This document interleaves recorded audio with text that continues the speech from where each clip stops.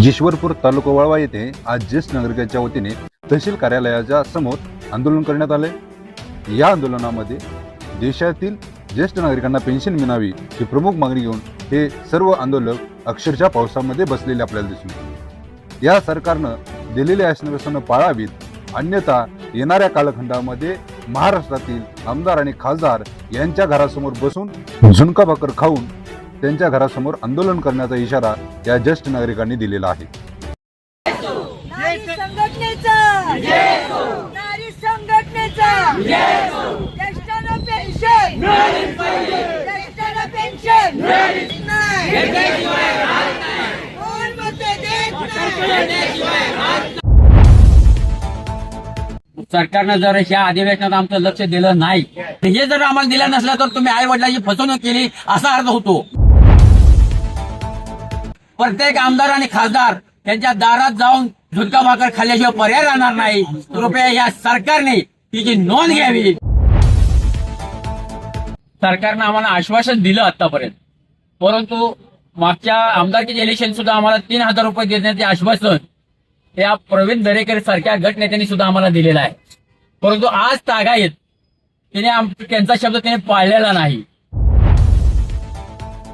आज आम्ही हे आंदोलन करण्याचं कारण 22 जून पासून आता आपलं अधिवेशन चालू होते। सरकारनं आम्हाला आश्वासन दिलं आतापर्यंत, परंतु मागच्या आमदारकीचे इलेक्शन सुद्धा आम्हाला 3,000 रुपये देण्याचे आश्वासन या प्रवीण दरेकर सारख्या गटनेत्यांनी सुद्धा आम्हाला दिलेला आहे, परंतु आज तागायत त्यांचा शब्द त्याने पाळलेला नाही। तर आम्हाला त्यांना विनंती करायची आहे, सर ह्या ज्येष्ठांचा तुम्ही आशीर्वाद घेतला तर ती ज्येष्ठ तुम्हाला भरभरून आयुष्य देईल आणि यापुढे तुम्ही मुख्यमंत्री पंतप्रधान सुद्धा या पदाला जाल, तर कृपया आम्हाला दिलेलं आश्वासन ते पाळावं ही आमची तुम्हाला नम्र विनंती आहे। सरकारनं जर ह्या अधिवेशनात आमचं लक्ष दिलं नाही, जसं मगाशी मी सांगितलं आम्हाला तुम्ही आश्वासन दिले 3,000 देतो म्हणून, तर आम्हाला इथनं पुढं प्रत्येक आमदार आणि खासदार त्यांच्या दारात जाऊन झुणका भाकर खाल्ल्याशिवाय पर्याय राहणार नाही। कृपया या सरकारने तिची नोंद घ्यावी आणि या ज्येष्ठांचा आशीर्वाद घ्यावा, हेच मला त्यांना प्रकर्षाने जाणून सांगायचं आहे। दुसरं असं, आम्ही आता आज हे लाक्षणिक उपोषण बसतोय, पाऊस पडतोय बघा, त्या महिला बघा, सर्वसामान्य माणसं प्रत्येक गावागावात नेतपत्र आल्यात की त्यांना काहीतरी अपेक्षा आहे की सरकार आपल्याला काहीतरी देईल, परंतु आता हे काही माणसं आमच्या यात निघून गेली या आशा करून तरी सुद्धा आतापर्यंत आम्हाला हे मिळालेलं नाही। तर मला सरकारला एक विनंती करायची आहे, सरकारनं आम्हाला ह्या जे सन्मानधन देतो म्हणले ती द्यावं। 15 जुलै 2025 ला एक विधेयक मांडलं गेलं विधान परिषद विधानसभेत की जे 7,000 रुपये देण्याचं त्यात तरतूद होती। अशा काही 4-5 मागण्या होत्या, निदान आम्हाला त्या मागण्यातल्या ज्या केल्या त्याप्रमाणे तरी मंजूर त्यांनी द्यावी।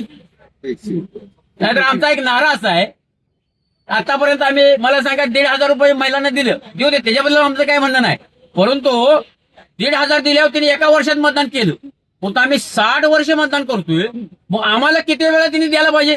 आम्हाला काय विसरले ते त्यांचे आई वडील नाहीत का, आजोबा आजी कोण नाहीत का?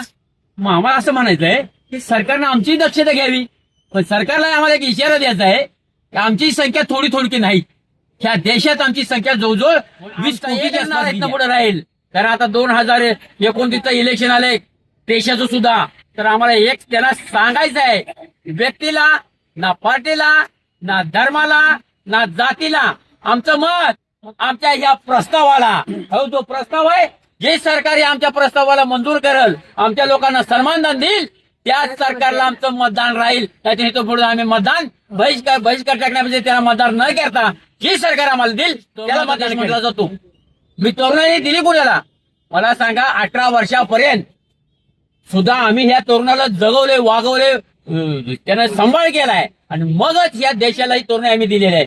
एवढं मोठं योगदान असताना ह्या ज्येष्ठांची अशी अवस्था, या अवस्थेकडे सरकारने लक्ष वेधावं म्हणून आम्ही सातारा, सांगली, कोल्हापूर, सोलापूर, रत्नागिरी, सिंधुदुर्ग प्रत्येक जिल्ह्यातनं ही आज आम्ही आंदोलन करण्यासाठी बसलो आहोत।